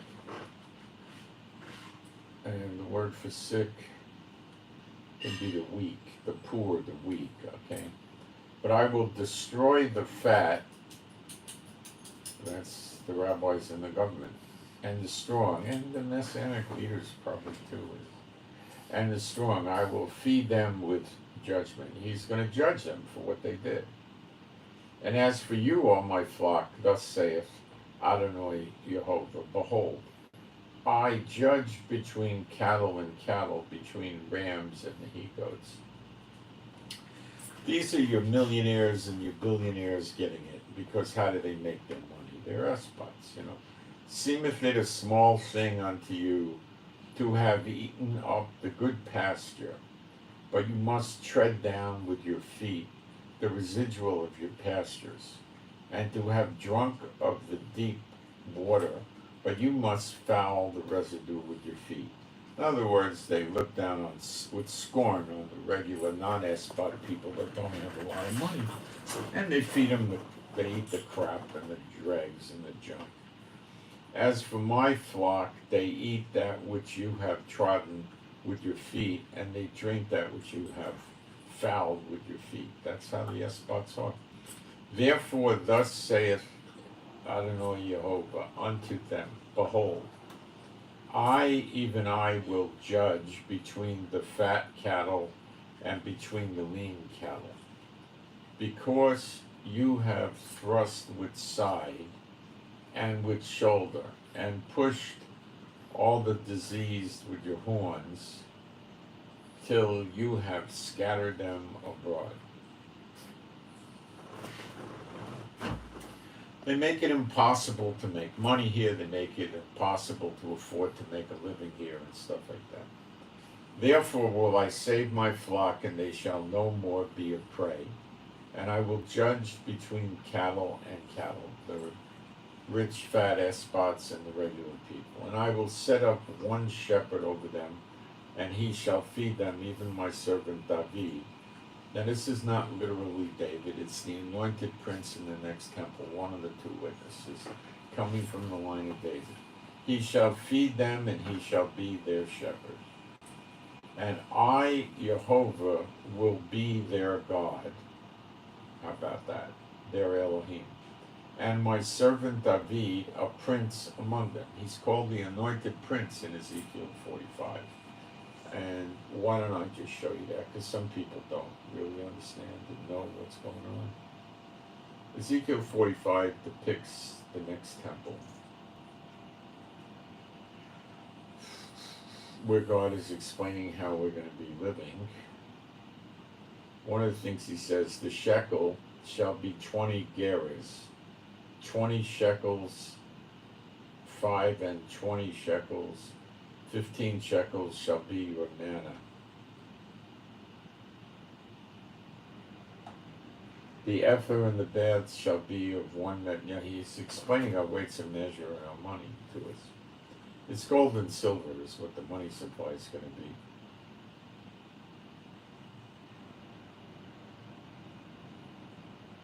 It's going to be hard money.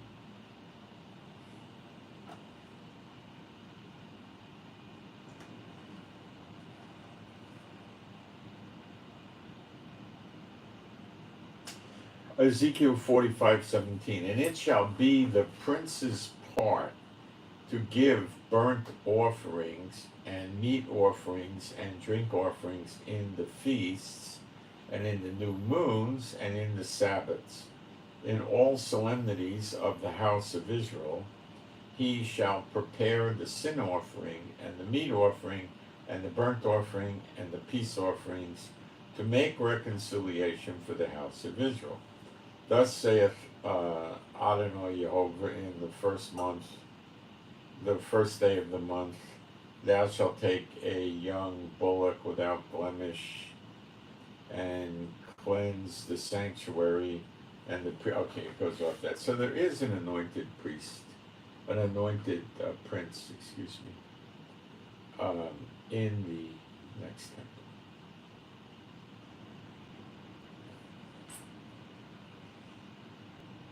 And I will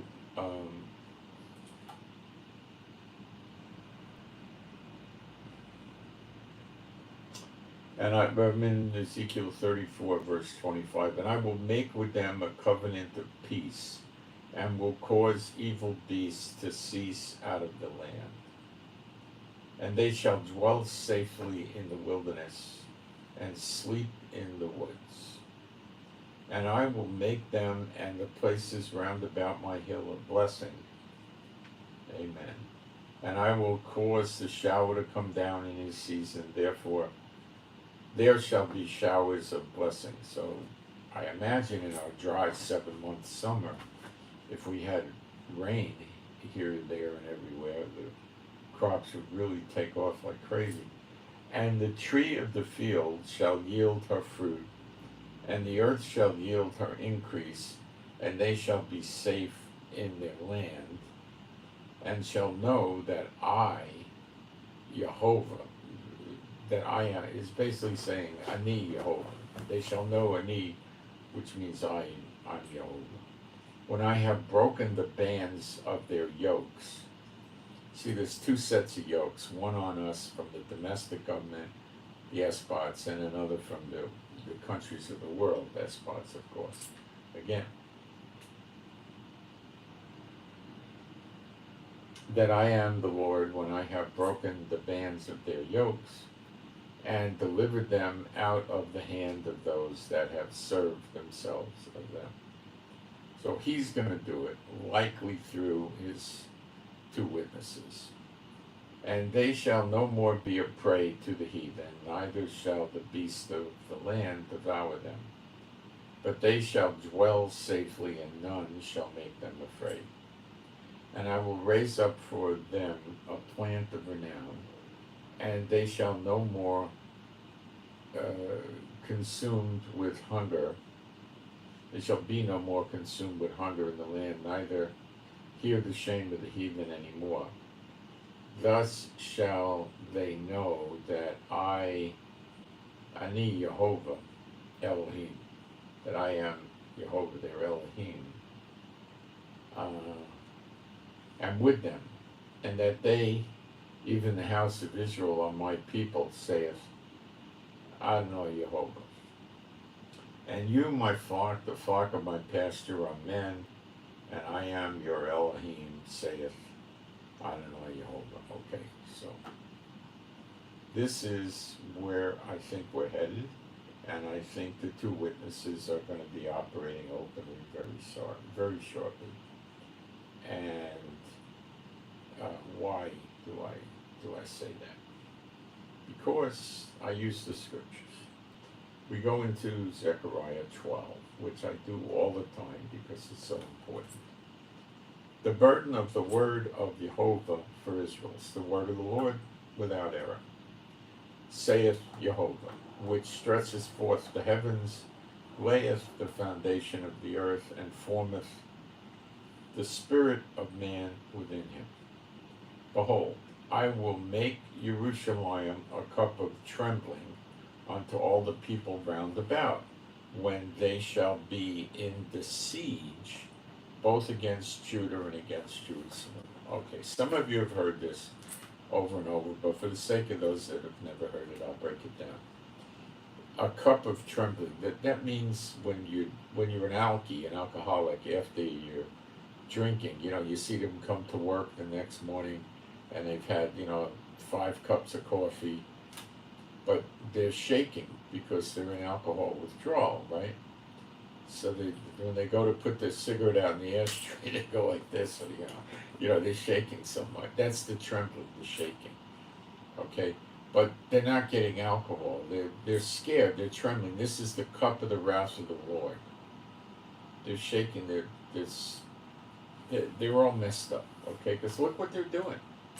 I will make Jerusalem a cup of trembling unto all the people round about, when they shall be in the siege. Now, a siege is a surrounding, an encampment around. It's not an invasion. They lay a siege and then they push in. It never gets to the invasion. It only gets to the siege, both against Judah and Jerusalem. Well, that's the land that we have now.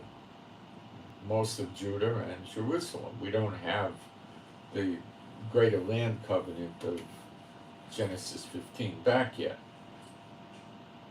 So this is now, these days. not future. And in that day will I make Jerusalem. Now this would be after 70 A.D., but also after 1948, because between 70 A.D. and 1948 there wasn't really much Israel to fulfill this. It wasn't. It's unfulfilled. It's yet to be fulfilled. Okay. And in that day will I, because of the outcome, that's how we know it. And in that day will I make Jerusalem a burdensome stone for all people. All that burden themselves shall be cut in pieces, like lacerated, sliced and diced. Though all the people of the earth, now that's wrong. It's all the goyim of the land. That's what it says. Be gathered together against it. Now, that could be the ones from inside Israel, like the West Bank and stuff. It could be from greater Israel. It could be, which goes from the Euphrates to the Mediterranean to the Nile to, I expect, the Persian Gulf. So it could be that land, which is what God gave to us in Genesis 15. By covenant, and he is not a covenant breaker. Okay, and there's no condition for us to get it. It doesn't say, when you all turn your hearts to my son Yeshua, I'll give you the land. It doesn't say that. Okay, so what does it say?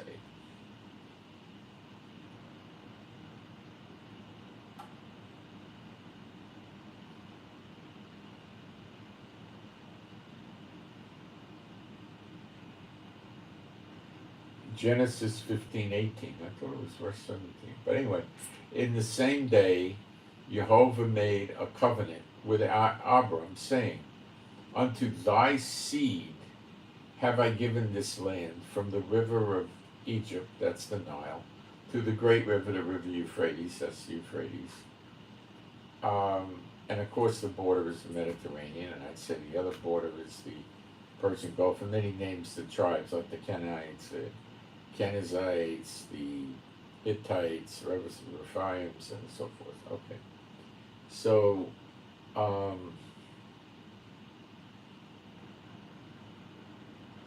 this includes west of the Euphrates, Turkey, Iraq, and Syria, all of Lebanon, the Israel we have now, all of Saudi Arabia, all of Yemen, all of Oman, all of Jordan, all of the UAE, all of Bahrain and Qatar, all of Kuwait, and then going into Africa, east of the Nile River. It includes those parts of Egypt, Sudan, South Sudan, and Eritrea, Ethiopia, Somalia, Djibouti, and east of the Nile, parts of Kenya and Uganda.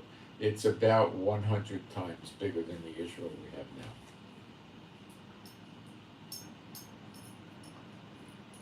I'm going to take a break for a minute. We'll come back and go through this. So they don't like to teach the land covenant as a covenant, even, or any way, shape, or form. I'll be right back.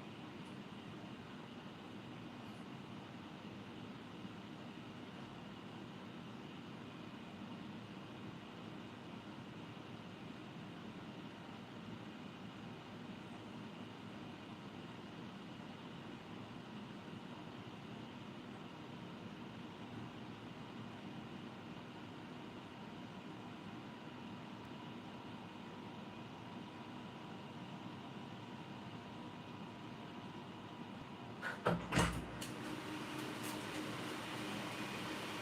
it's nice and cool in here, not too cold. I got it actually working good.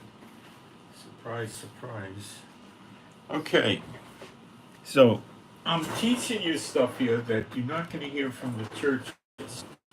And I don't want to go into a big diatribe about the churches, although I usually do that.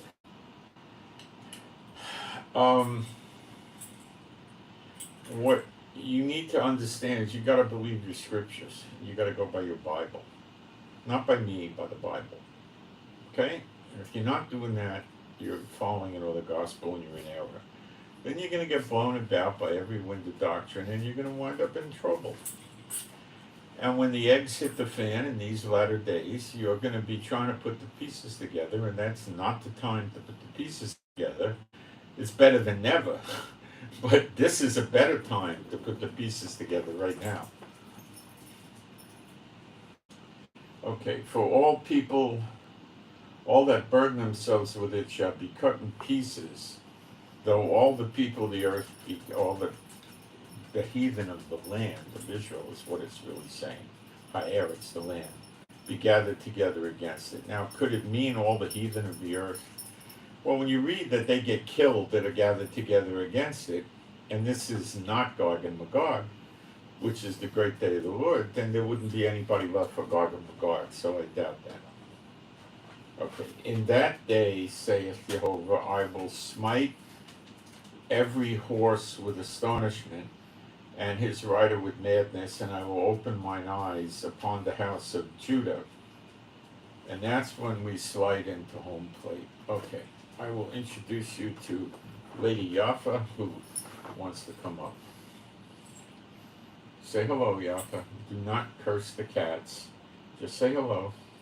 She's a rescue. She had one eye when we got her, and we don't know what happened to her eye. Judging from her behavior, she was a baby and picked a fight with the wrong cat. My guess, but I don't know. All right, she is not fond of cats. She gets along with the other dogs in the house now pretty good. Okay, I will smite every horse with astonishment, and his rider with madness, and I will open mine eyes upon the house of Judah, and will smite every horse of the people with blindness. Now, this is a key point. It says, and the governors of Judah. That word is not correctly translated. It's the judges. The judges is how God runs the country of Israel. And I have a scripture for that. How about that? I have a scripture for everything I teach, because I don't like to teach outside the scriptures. Isaiah 1, maybe 25? No, 26. I keep missing the scriptures by one. That's not bad for an old man, but still missing by one verse. No, actually, we'll go back to 25, so I actually did it right. And I will turn my hand upon thee, and purely purge away thy dross, and take away all thy tin. That hasn't happened yet. And I will restore thy judges as at the first. What were the judges at the first? Moses and Aaron. Okay? And thy counselors. So were Moses and Aaron prophets? Yes. Were they judges? Yes. And thy counselors. Did they have the, as at the beginning, the counselors as at the beginning, the 70? Afterward thou shalt be called the city of righteousness, the faithful city. So, Yaffa, can you take it easy on my jeans, whatever you're doing? So, what's going on? He's going to run Israel with the judges again. And the judges are prophets. There's only 2 prophets yet to come. Those are your 2 witnesses. Read Zechariah 4 to learn more about them with Revelation 11. Zechariah 4 with Revelation 11. Okay? Zechariah 4 with Revelation 11. I'm not going to do it here. I've done Bible studies to that effect in the past, but I'm not going to do it here. Okay. So, back to Zechariah 12, I think I'm in verse 5. And the governors, the judges of Judah shall stay in their heart. The inhabitants of Jerusalem shall be my strength, and Jehovah of hosts their God, their Elohim. So there are a large amount of believers in Jerusalem. This is not the case today, believe me. Okay? And where these believers come from and who they are, we're not told. Okay? In that day, now this all happens in one day, will I make the judges of Judah like an earth of fire among the wood. Now, who do you know has fire coming out of their mouth in Revelation 11? Ta-da! On a silver platter, I'm giving it to you. Like an earth of fire among the wood, and like a torch of fire in a sheaf. He says it 2 times because there's 2 witnesses. And they shall devour, that means burn up, better translated, burn up, all the people, and that means people, round about on the right hand and on the left. So all the people that were surrounding Judah and Jerusalem are going to get burned up by the 2 witnesses. And that takes us to Malachi, they shall be ashes under your feet, which we'll get there momentarily. And Jerusalem shall be inhabited again in her own place. And it doesn't say that. It says shall remain in her own place, even in Jerusalem. The Lord also shall save the tents of Judah first, that the glory of the house of David and the glory of the inhabitants of Jerusalem do not magnify themselves against Judah. In that day shall Jehovah defend the inhabitants of Jerusalem. Yay! And he that is feeble among them at that day shall be as David. Now, how could they be feeble and as David, who killed that Goliath, what was he, 9 feet tall? I didn't know they could stack it that high tall. And he killed a lion and a bear. Now, you're not going to do that when you're feeble. So it says,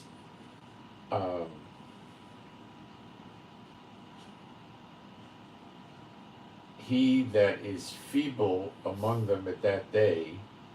Now, the way I would read this to you is the one that was feeble before, at the beginning of that day, shall be as David. Okay? In other words, they're changed. Feeble is somebody that's old and feeble, right? And the house of David shall be as Elohim, as the angel of the Lord before them. That's the glory of God of Israel, who's Michael, who killed 110 or 130,000 people in one day. Read it. I'm not writing this. I didn't write this. I'm reading it to you. Either you believe it or you don't. And it shall come to pass in that day that I will seek to destroy all the heathen that have come against Jerusalem. Well, they get burned up on the right hand and the left by the 2 witnesses, God's 2 witnesses. And I will pour upon the house of David and upon the inhabitants of Jerusalem the spirit of grace and of supplication.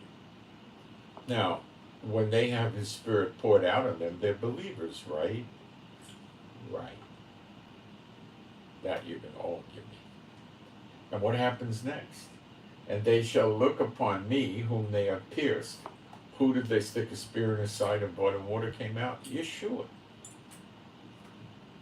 And they shall mourn for him as one mourneth for only, and be in bitterness for him as one that is in bitterness for firstborn. So it's obviously Yeshua. So they look upon Yeshua. First, the Spirit is poured out on them, which means they were already believers, and then they look upon Yeshua. And that's the sign of the Son of Man in the heavens. I'll develop this with you. And then after that, it explains they go mourning. We'll go into Malachi 4. For behold, the day cometh that shall burn as an oven, and all the proud, yea, and all that do wickedly, shall be stubble. And the day that cometh shall burn them up, saith Jehovah of hosts, that it shall leave them neither root nor branch. Now this sounds to me like the bad shepherds of Israel are being burned up. The proud and that do wickedly. It's not talking about the invaders. And unto you that fear my name, well, if they become believers because he poured his spirit out on them, they're going to fear his name, won't they? All believers fear his name. Shall the Son, S-U-N, Shemesh in Hebrew, of righteousness, that's tzaddik, I believe, arise with healing in his wings, in his extremities, not his wings. The tzitzit was on the outer borders of the clothing, and that's the extremities, and that's the woman with the issue of blood grabbed his tzitzit, his tassel, and got healed. That was him announcing at that time who he was. The people read the Old Testament, they knew that he was this one, so to speak, because that had never been done before. Somebody grabs the tzitzit or the tassels and gets healed. So it says, shall arise with healing in his wings, in his extremities, okay? And you shall go forth, and it doesn't mean grow up, it means frolic, as calves of the stall. So now you're jumping around like baby calves. The feeble shall be as David. The Son of Righteousness shall arise with healing in his wings. The proud and the wicked are getting burned up. You getting it? And you shall tread down the wicked, for they shall be ashes under the soles of your feet. In the day that I shall do this, saith Jehovah of armies. Now, let me give you a scripture. Yafi, don't wipe on me. I'm not you don't mark me like I belong to you, okay? That doesn't work. The other dogs don't respect that. Now, remember, they look upon the one whom they have pierced. And before that, they have the Spirit poured out on them, so they are believers, and they look upon Yeshua.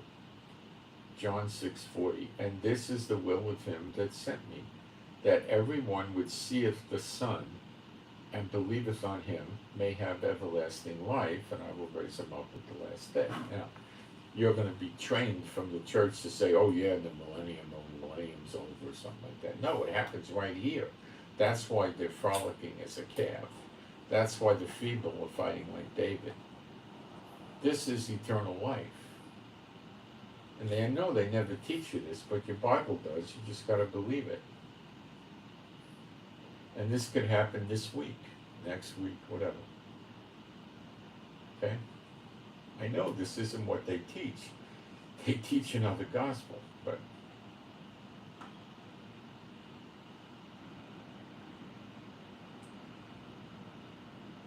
in that day shall Jehovah defend the inhabitants of Jerusalem, and he that is feeble among them at that day shall be as David, and the house of David shall be as Elohim, as the angel of the Lord before them, who killed 130,000 in one day, or 110,000, whatever it was.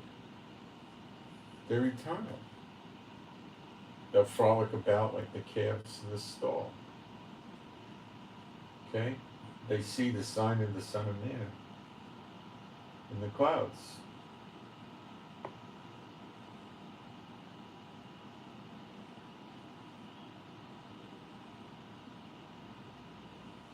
Then what does he say next? Remember the law of Moses, my servant, which I commanded unto him in Horeb for all Israel, with the statutes and judgments. Now, how could you be a believer in Yeshua, the high priest in the order of Melchizedek, the king of Israel, who he calls his brethren, who's a Jew from Judah, and not be in Israel? Only if you go to the church would you believe that. All Israel shall be saved, Romans 11. It never says that about the church. Behold, I will send you Elijah the prophet before the coming of the great and dreadful day of the Lord. And he shall turn the heart of the fathers to the children, and the heart of the children to the fathers, lest I come and smite the earth with curse. So, this is the real gospel, okay? And it looks like we're getting very, very close. And when you study the scriptures, you study Zechariah 12, the judges of Israel, which are the two witnesses, are in place before this great siege and battle. The government of Israel is gone. So the way things are going to start, I believe, is Ezekiel 34. And it looks like we're coming right up on that. Will the Arab neighbors that hate us attack us when they see these things come to pass? If they do, well, they may try it, which may be what happens in Zechariah 12. The two witnesses may take very quick control of the country. And they're going to be signs and wonders flying all over the place, more so than with Yeshua. Greater signs than these you shall do. There'll be more so. And they take care of business. People don't have to do much. Except they will fight when they get that anointing, that spirit poured out on them. They will fight.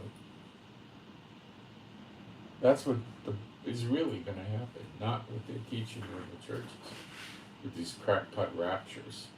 Everybody, Yeshua 4 times in John 6, 39, 40, 44, and 54, said that everybody gets raised up on the same day, the last day, which is the millennium, the 8th day, based on Feast of Tabernacles.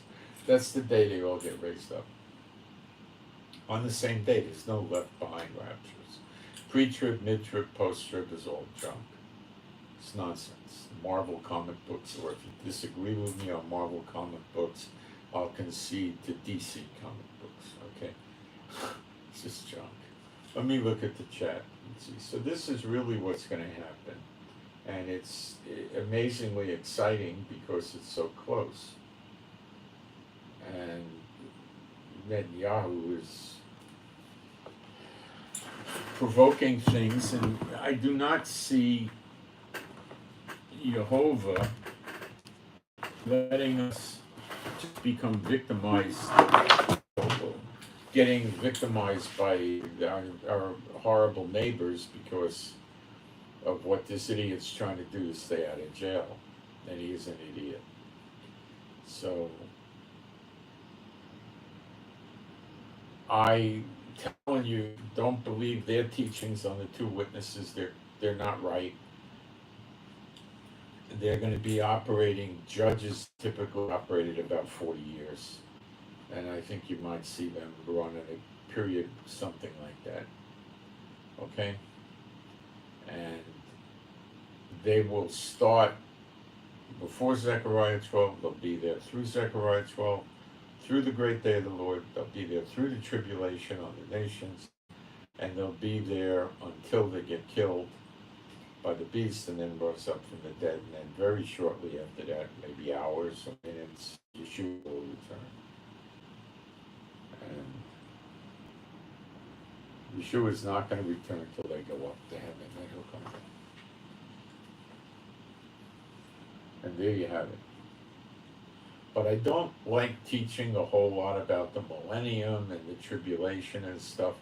Let's worry about what's facing us now. You got this yoke of the government of Israel and the rabbis needs to come off our neck.